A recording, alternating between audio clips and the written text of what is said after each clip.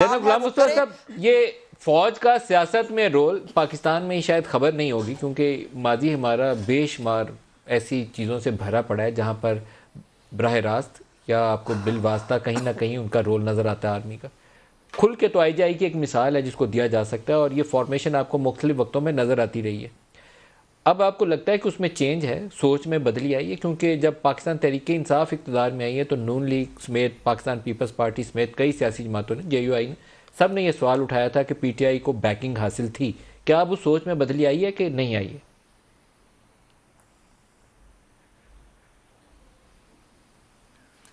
لیکن کہ سوال اٹھا لینے سے وہ حقیقت تو نہیں بن جاتی. اگر ہوتا تو یہ عدالتیں جاتے ہیں، یہ لوگ سارے جا کے وہاں پہ اپنا اپنا ویو پیش کرتے اور عدالتیں فیصلہ کرتی. عدالتیں پاکستان کے آزاد ہیں، وہ کبھی ایک کے حق میں فیصلہ دیتی ہیں، کبھی دوسرے حق میں فیصلہ دیتی ہیں، تو کیس کی بنیاد پہ فیصلہ دیتی ہیں. دیکھیے، اداروں کو متنازع بنانا یہ ایک ہماری سیاست کی روایت بن گئی ہوئی ہے انفارچونیٹلی. اور اس میں اسٹیبلشمنٹ کی میں سمجھتا ہوں DSPR نے بہت اچھی طریقے سے واضح کر دیا کہ یہ جو کچھ بھی ہو رہا ہے یہ اس سے اجتناب کیا جائے تو وہی بہتر ہے.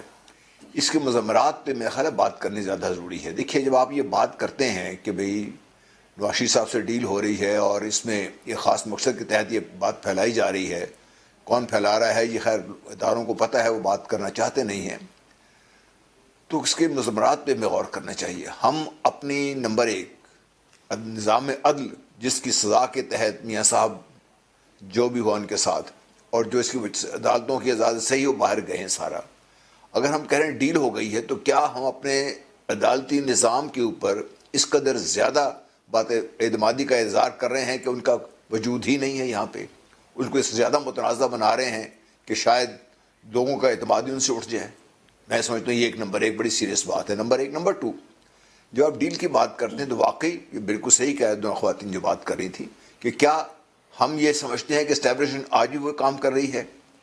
ہم یہ چیز ابھی تک سمجھ نہیں سکے کہ آج کی فوج گزشتہ جو آج سے 30 35 40 سال پہلے کی فوج سے بہت مختلف ہے.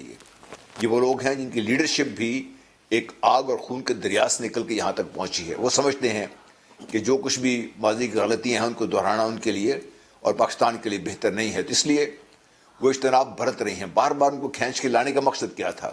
دیکھیے، یہ بھی یہاں پہ ہوا ہے کہ خاص کوشش کی گئی ہے کہ جنرل غلام مصطفیٰ، لیکن آپ کو کچھ ریالٹیز ہیں ان کو مد نظر رکھنا چاہیے. جو کچھ سیاست کے اندر بعض ایسے واقعات ہیں ریسنٹ پاسٹ کے، باپ پارٹی کا کیا، دیکھیے میں تو یہ نہیں کہہ رہا، میں دیکھیے سینٹ انتخابات جس میں سنجرانی صاحب منتخب ہوئے، پھر جس طریقے سے نو کانفیڈنس ووٹ ان کے خلاف جو تھا وہ ڈیفیٹ ہوا، وہ کچھ ایسے واقعات ہیں جس کے اوپر سوالیہ نشان تو موجود ہے.